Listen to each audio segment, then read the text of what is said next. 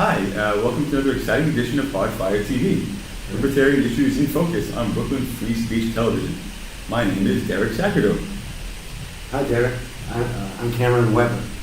Thanks for tuning into our show. Today we have on our show PhD economist and historian and YouTube star Cameron Weber. How about that? To help us discuss and understand the economics of disasters. Right. We hope we can provide. Cameron. Oh, my bad. We hope we can provide on that YouTube star some theory and specific examples of how things can be made worse by coercive interventions by the state, even if they're well intentioned. Right. I guess both of us are concerned about disasters, right, Derek? Well, we live in a world, whether you believe in climate change and the human effects of climate change or not, we still see disasters. And what the cause of it may not really be relevant in terms of how disasters are man-made disasters. Well, how we deal with it, How we deal with it, right. So welcome to the show. Thank you. Okay. So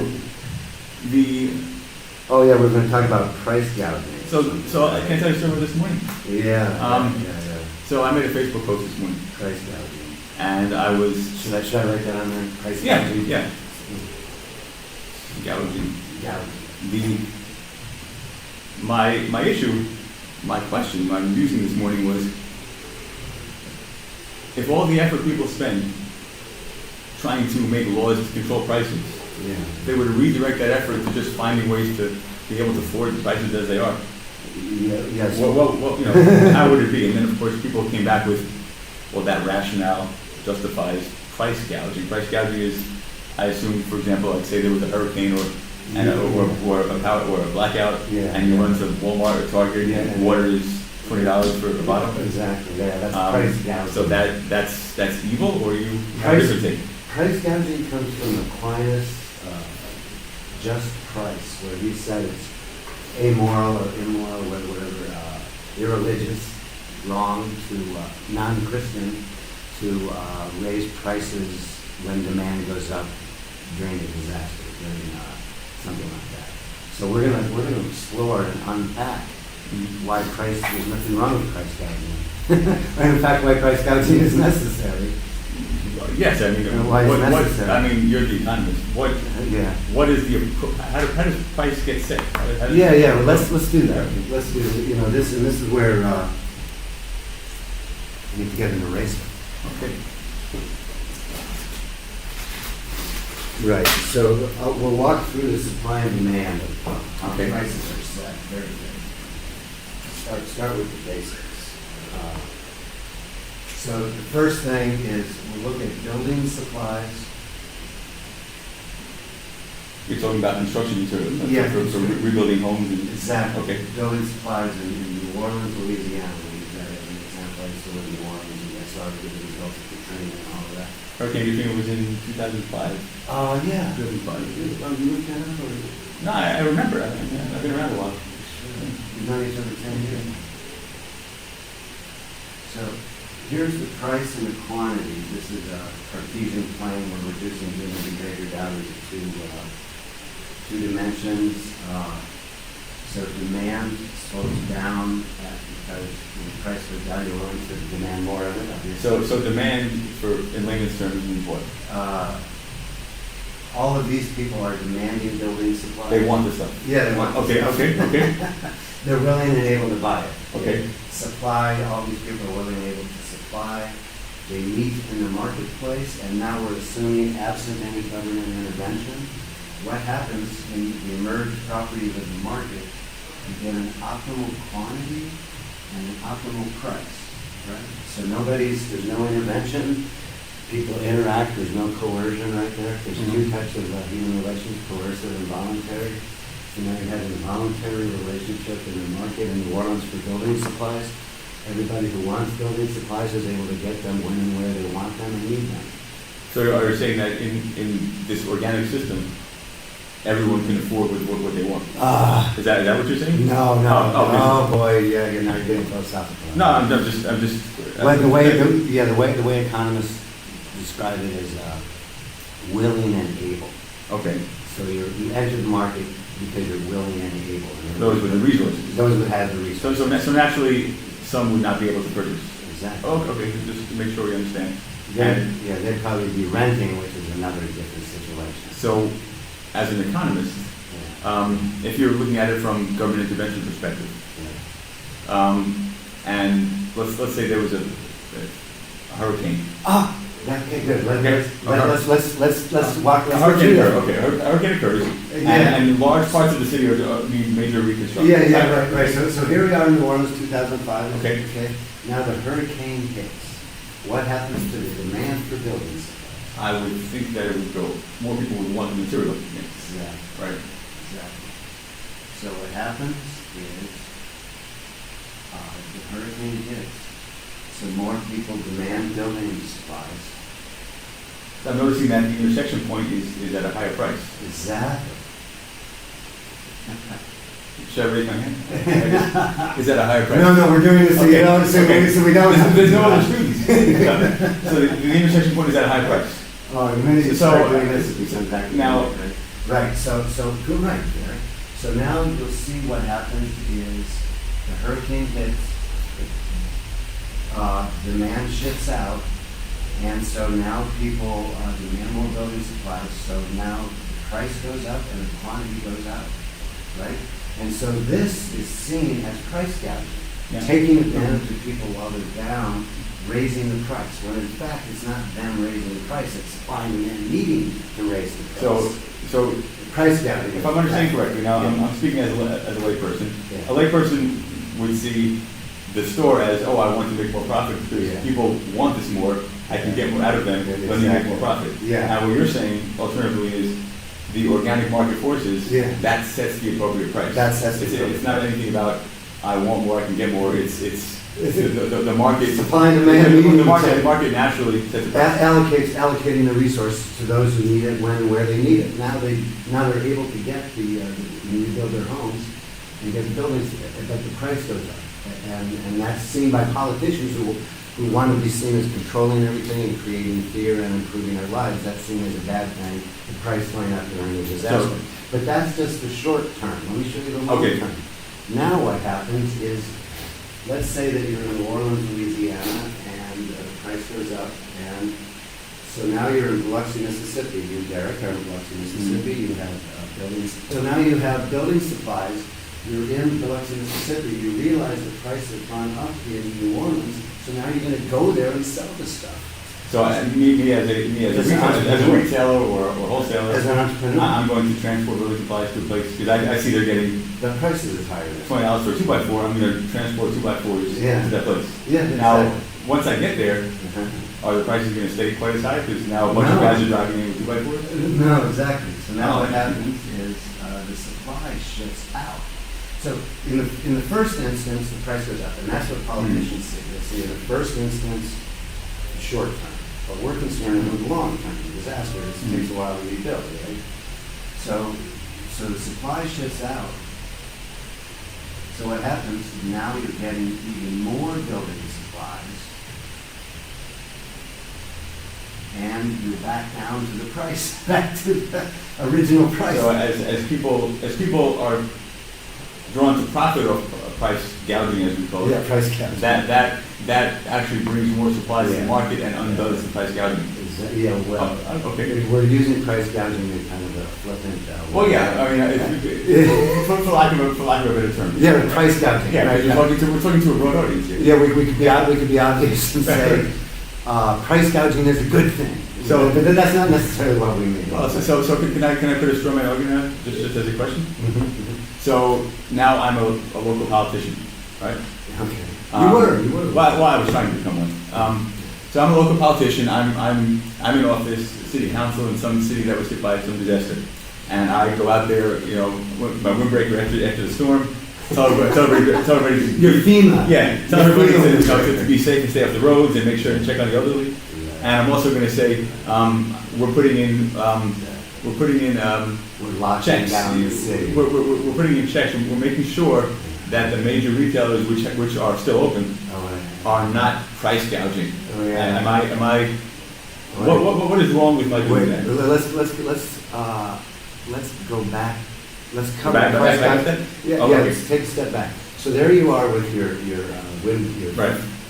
federal emergency management windbreaker, in charge of everything. And what happens is you won't allow people from Biloxi to go to New Orleans to sell these building supplies, and so therefore you can't rebuild. Wait, I'm not allowing people from, why would I not allow that? Because there's a disaster there, you want to control the disaster. So in other words, So what happens? I don't want all these guys with their trucks coming into the scene because Yeah. the government has this under control. The government got has it under control. I got this. You're right, so the government had it so under control in New Orleans, they didn't allow volunteers there, they didn't allow people to sell building supplies there. So all of this market, assuming that what we saw, that's called a free market, a perfect competition, where factors of production are able to seek their highest return because there's no factor in mobilities. When FEMA goes in, locks down the city, doesn't allow people to go in and out and buy and sell, it doesn't happen. So New Orleans gets depopulated and people aren't able to rebuild their homes, which is why they called FEMA in New Orleans, fix everything my ass.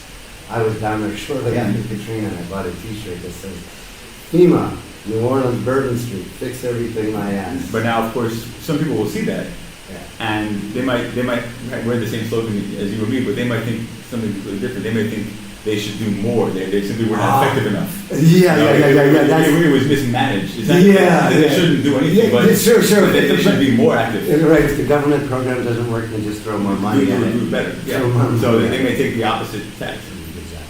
So, but what happened is, because they didn't allow people in and out of New Orleans and they locked it down, people weren't able to, the supply was not able to ship out, so therefore this didn't happen.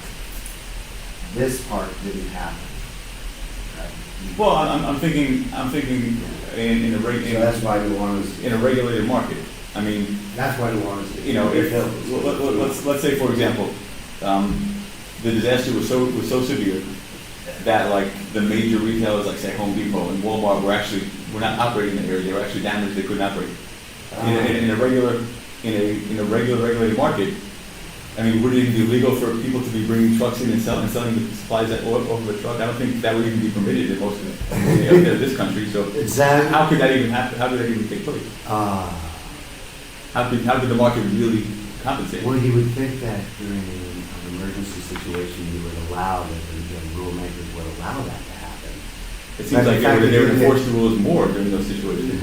More In than fact, right. That's why we're doing this show, is so that people can understand how the market works, so you don't keep making it worse Same and worse. mistake, Yeah. So let's go back to this price gouging Okay. situation. So there was another. Let's do this hurricane or superstorm Sandy. I remember that one. I was here. Yeah, I was. Yeah, we can talk about that. So Superstorm Sandy. Yes. When was that, Derek? That was in 2012, October. 2012. Right before Halloween. So let's call it gas, or gasoline. Yeah. Gasoline, and let's call it New Jersey. I remember there were lines at the gas station. Oh yeah. Because the workers weren't coming in, but there were rumors that, he's getting gas, so people were Yeah. lining up That's with their gas cans. Yeah. That's Mises Law. Mises Law, I'm not familiar with that. Mises Law. Mises Law, which is one government intervention leads to another government intervention. Okay. So we'll cover that. Okay, So that sounds interesting. So here's the demand Okay. and supply. Here's the market allocating, everybody use gas, able to get gas. So then what happens in New Jersey when the Superstorm Sandy hits and the subways no longer work? What happens to the demand for gasoline so that you can take your grandmother to the hospital in your car? That would probably be fine. Yeah. So when the storm hits, the demand shifts out, right? And you get there's our price gouging. Price gouging in New Jersey after the storm. So just to cycle Price back. gouging. To cycle back. The local city councilman or local mayor I'm dispatching police all over the city to say, absolutely not, do not raise the price during this week. You're putting out, you're locking it down like FEMA did. So in other words, what would be, can you walk us through what's the result of my doing that? Well, the result is politicians need to be seen as doing something. So in New Jersey, who was governor then, Chris Christie? We never met a donor who didn't like it. Yeah, but we never really mentioned the names of politicians. My name, I made it to the and I mentioned his name. Oh, should we? Forget it. Well, Yeah, we can erase it. Yes. Okay, so what Chris Christie did, look, as a result of this price gouging in New Jersey, there were lawsuits. New Jersey got lawsuits against 24 businesses, 3 hotels, and 11 gas stations for price gouging. And in 2015, 3 years after that, Chris Christie passes an anti-price gouging law, right? So there's our price gouging. But what should have happened in New Jersey is, therefore, then people realize that there's the price is higher for gasoline in New Jersey. So therefore, then they go there with their oil tankers, and the supply shifts out. People are able to take their sick grandmother to the hospital now. 2-3 weeks later. Tough audience. And then the price goes down. But is that what happens in New Jersey? No. Well, is the market able to make these compensations immediately as? No, there are adjustment costs, but it just so happens that there was a tanker outside of New Jersey in the day over there. At the river. When you were there? Yeah, there was a tanker, but the labor unions didn't let the tanker in because they said it was unsafe conditions. So the supply didn't work, shipped out because the labor union factor in mobility is high at 1945, the use of knowledge in society. We know that when prices aren't allowed to work, that there's social crisis. And in this case, the social crisis was due to the labor unions not allowing the refueling of New Jersey. And the labor unions were trying to protect their own self-interest. But then when they're cutting off the nose despite their face, Which happens all the time. Aren't they paying for gas prices too? Exactly. Yeah. It happens all the time. It's just an exercise of power. Yeah, let's I go. have another question. Yeah. If you have time. Of course. How much time do we have? 8 minutes. So I'm thinking if there were people who were lining up with their gas cans at the store, and I'm thinking that some people had like 1 or 2 gas cans, some people had a whole bunch of gas cans. Yes. So the reason there's a shortage. Are you seeing what I'm thinking? Well, yeah. Let me catch up. Okay. So the reason there is a shortage is because the labor unions don't allow the tankers to come in. So therefore, you have to do rationing. The market's not allocated, so now we have to ration. How do we ration? If you're even number license plate, Yeah, Wednesday, exactly. yeah. Good memory. Yes. Yeah. So that's exactly how Chris Christie rationed it. There it says name, by even license, a certain day, without license the other day. But what in the end result, that didn't work either, because then what we were saying, people started fighting. I'm thinking that we're fighting for gas, but I'm thinking if the prices were really cheap, regular price for gas. Yeah. I'm gonna go with, if I have 20 gas cans in a pickup truck, I'm gonna buy a whole bunch of gas. Exactly. So I'm not stuck in this situation. Exactly. And then I sell to you. One intervention leads to another. So the first thing is, on Thursdays, odd numbered license plates are able to go, and they go with. I'm gonna buy all the gas. You're going to buy all the gas. I'm gonna- So then you need another intervention to prevent you from buying all the gas. Some people, they change their plates. I know people who do that. They take the plates off one car and put them on the other. So, Right. So yeah. right. So just imagine if all that entrepreneurial activity was put, that we had institutional rules that allowed this type of entrepreneurial activity. I'm thinking if gas went up to say $6, I would think that only people who really needed it would buy it, and people. Right. I would think that maybe I'm not going to drive today. I would think twice. Do I need to drive today? Whereas if it stays at $2.50, I'm going to buy all the gas up. I'm just going to waste it or sell it to somebody else. So Yeah. I'm going to buy it before anybody else has a chance. If the price stays. But before the price gouging kicks in. No, if there were rules against it. If there were rules against it, I'm just gonna be abided by everything. Yeah, that's called regulatory arbitrage, taking advantage of stupid rules. Mm. Okay, so let's Okay. go back and Okay. look at price gouging, Mhm. okay? So here we are, gasoline, New Jersey, and there's, just like in New Orleans, maybe New Orleans, let me ask you, you think New Orleans should be there, it's underwater, it's like 7 feet underwater, it costs billions of dollars to keep New Do I Orleans think there. that should be there? Yeah, because. Well, are you asking philosophically Yeah, or well, legally or morally? we subsidize New Orleans' existence by attracting resources to keep the water out of New Orleans. I would think if the businesses that are located there. They would pay for it themselves. Yeah, have enough draw that they can Yeah. support that. Yeah, okay, 5 minutes left. Then of course, they're free to do whatever engineering they want to make. Yeah, but Yeah, it's not just the city, it's all the taxpayers in the United States pay to subsidize. Well, no, only New ones Orleans. who live there should pay for that. Well, sure, exactly, very good. Very good. So anyway, New Jersey, a lot of hurricanes there, right, or superstorms. Yes. Okay, so then therefore what politicians do is then they put on anti-price gouging laws, meaning that a hurricane strikes, you can only, raise your price by a certain amount. And that's a price control in the market, which is what Hayek warns us about, price controls in the market creates social crisis. So now here we are, everything's fine, there's no superstorm, but we have price control. So now what happens when the storm hits? I'm gonna go with my van and buy all the water. Oh, in this case, Yeah, gasoline. or whatever, I'm gonna go in and buy a bunch because I don't want to get caught, I'm just gonna buy it all.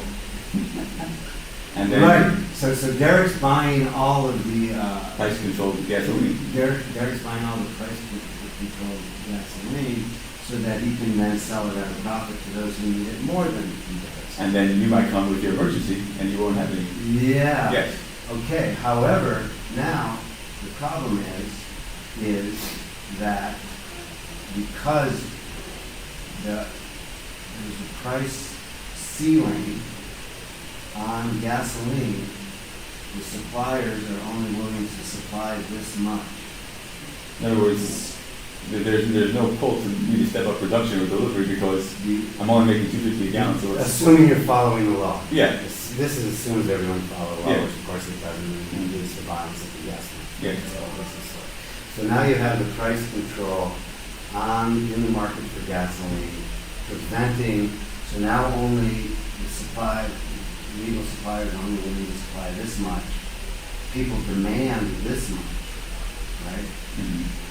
So you get a shortage in the market of gasoline. So what anti-price gouging, price control do is create a shortage, in this case for gasoline, so now you can't take your sick grandmother to the hospital. Because someone else first told the supply. Yeah, because no one's willing to Yeah. supply because they can't charge enough. Yeah. So in other words, would there be another way to describe price gouging in a way that maybe has less of a negative connotation? Just the price control. Price control? Yeah, rent control, minimum wage, all of these are just forms of price control, according to Hayek, all bring. Well, price gouging is price control. The price gouging is that the market is the natural market prices. Yeah, price gouging is not a price control, it's Yeah, organically yeah, through exchange, you kind of like an exchange in the market. organically Demand. adjusted to supply and demand. Yeah. It's And the allowing entrepreneurs like antithesis this- of regulation. Exactly, the Right. antithesis where a lot of people like you, what do you think, entrepreneurial to make a profit, and therefore allow people to take their sick grandmother to the hospital and rebuild their So homes. people who are entrepreneurial to try to make a profit, Mhm. even though they may be selfish or greedy in their motivations, they're only. They're helping others. Well, in other words, they would not be able to make those profits if they were not supplying things that people needed. Exactly. So you can only be greedy and make a profit by supplying goods that are That people want. Right. That's the As point long of as the FEMA, as long as Yeah. FEMA lets you do it. So As long as the so state lets you what do could it. a politician do? I'm a city politician, and there's a disaster. What can I do to help speed recovery? Get out of the way. So in other words, I would do nothing. That's what they asked Louis von Mises what he would have done about the Great Depression, and he said, I would have done nothing, but I would have done it a lot sooner. I like that. And I like that. and also get rid of federally subsidized flood control insurance. because that. It doesn't have to draw people to live in places that are right next to the beach. Exactly, so that it's regressive in that only wealthy people can afford it, and then it also, But they're gonna be rebuilt. yes, they get it rebuilt on the taxpayer's dime. Mhm. So I guess we got 1 minute left. Oh, this has been fascinating. Yeah, last 5 minutes went off quick. Yeah, this has been fascinating. Yeah. Cameron. I've definitely gotten a clear perspective Oh, on, yeah. on this topic, and I hope. We haven't even covered the California wildfires, maybe we'll do that another time. That's the result of a rent seeking by the utility company. Not caused by affiliates with the forest that the president mentioned. Yeah, because the federal government owns the land. But anyway, yeah, thanks. All right, That was a good one. thanks for the education. I hope you guys learned and enjoyed. See you next time on Hardfire TV.